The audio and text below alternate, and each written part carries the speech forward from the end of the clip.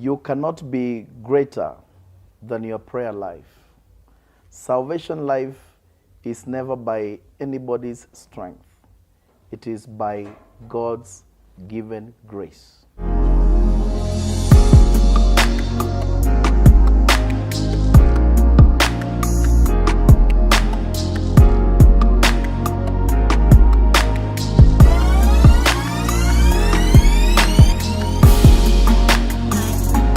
Welcome back.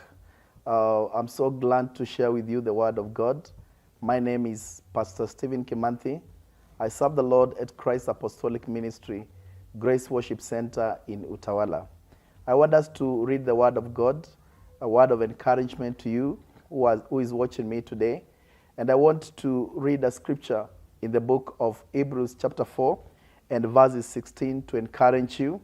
And I want to talk briefly about prayer. And prayer is a very cardinal pillar in our walk with God, and you cannot do without prayer. And I want to read this scripture, and the Lord God is going to bless all of us together. Hebrews chapter 4 and verses 16, the Bible says, "Let us therefore draw near to God, to the throne of grace with confidence, that we may receive mercy and find grace to help us in the time of need." And I want to repeat again, Hebrews chapter 4 and verses 16. "Let us therefore draw near with confidence to the throne of grace, that we may receive mercy and find grace to help us in the time of need." I want to share with you about prayer. Prayer, I've said, is one of the cardinal pillars in our walk together with God. You cannot live without prayer. And one of the reasons why we need to pray, I want to share with you, is because salvation life was never made to be of your own strength. It is an enabled life. It is a life that God helps us in our walk together with Him. Why do we need to pray? We need to pray because we need God to enable us in our everyday Christian living. And remember the words of Paul, the apostle. He said that I can do all things through Christ who strengthens me.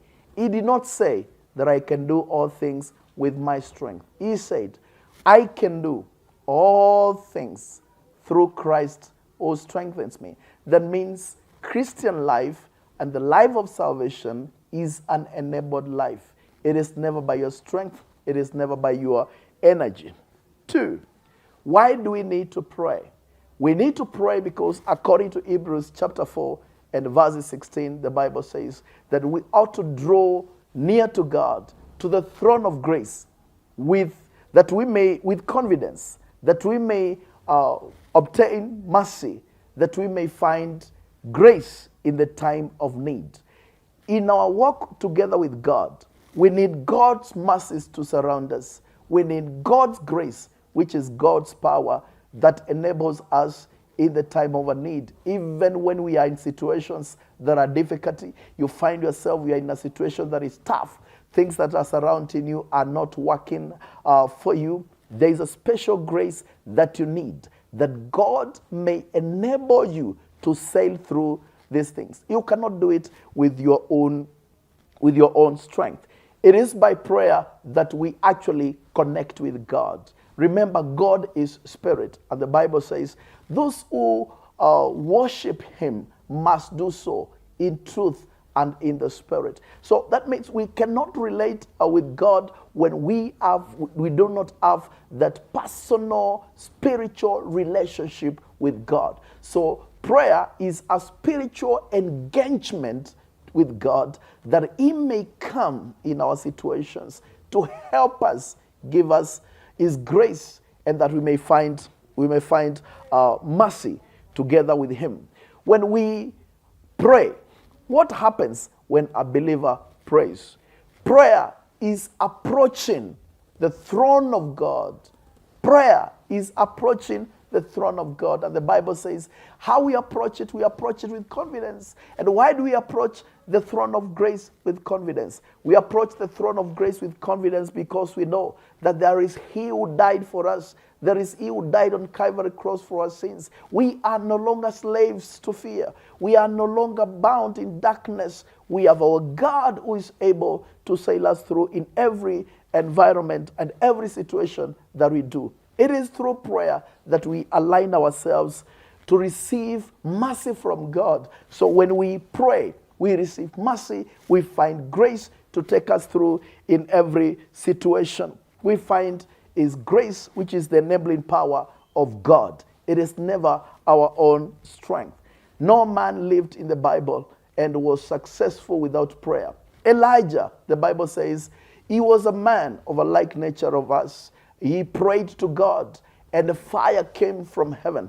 Elijah was just a man, but Elijah was walking in dynamics of prayer. He was walking with a relationship with God, and he had committed a life with God, and he had a connection whereby divinity would be manifested in real-time situation about his life.